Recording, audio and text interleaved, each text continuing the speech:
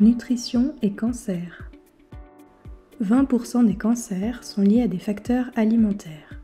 Il est donc important de se préoccuper de son alimentation et de prendre de bonnes habitudes hygiéno-diététiques. Il est nécessaire d'adopter des bons réflexes en prévention pour éviter l'apparition d'un cancer. L'alimentation doit être équilibrée, sans règles spécifiques. Aucun aliment à lui seul n'est capable d'agir comme un remède anti-cancer, mais le rôle protecteur de certains aliments est désormais bien connu. Il faut privilégier une alimentation équilibrée, riche en fruits et légumes. Éviter les viandes rouges, charcuteries et boissons alcoolisées qui augmentent le risque de cancer, notamment digestif. Enfin, le surpoids et l'obésité induisent un surrisque de cancer également et augmentent le risque cardiovasculaire. Le surpoids peut apparaître ou être aggravé par les traitements du cancer, comme les hormonothérapies et la corticothérapie prolongée. Il faut donc maintenir son poids de forme pendant et après les traitements, avec un régime alimentaire équilibré, riche en aliments d'origine végétale, graisse végétale plutôt qu'animale, fibres, etc., ainsi qu'une activité physique régulière. Avec l'aide de votre médecin, vous pourrez trouver la meilleure solution pour traiter les facteurs favorisant la perte de poids. Au début de la maladie et pendant la chimiothérapie et les autres traitements, il arrive souvent de perdre du poids. Il est important d'en identifier les raisons. Altération du goût, dysgeusie, induit par les traitements du cancer, troubles digestifs tels que les nausées, vomissements et ou diarrhée, les mycoses oropharyngées induisant un dégoût alimentaire ou la perte d'appétit.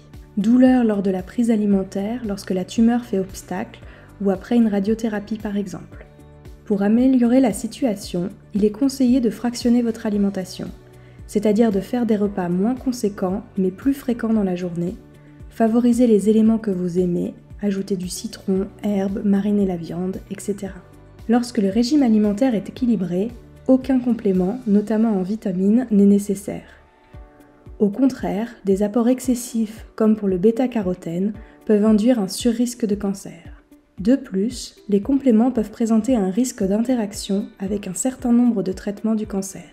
Il ne faut donc pas prendre de compléments avec ou sans prescription médicale, vitamines, phytothérapie, homéopathie, sans en avoir discuté avec votre oncologue.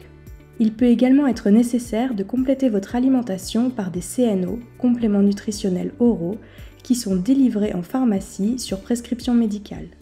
Ces compléments nutritionnels oraux peuvent être sous différentes formes, sous forme liquide comme des boissons lactées ou sous forme solide comme des biscuits. Riches en protéines, ils permettent de maintenir des apports nutritionnels suffisants et de corriger la dénutrition. Puis-je consommer de l'alcool pendant mon traitement ? La consommation d'alcool est le deuxième facteur de risque hygiéno-diététique à l'origine du cancer, environ 8% après le tabac.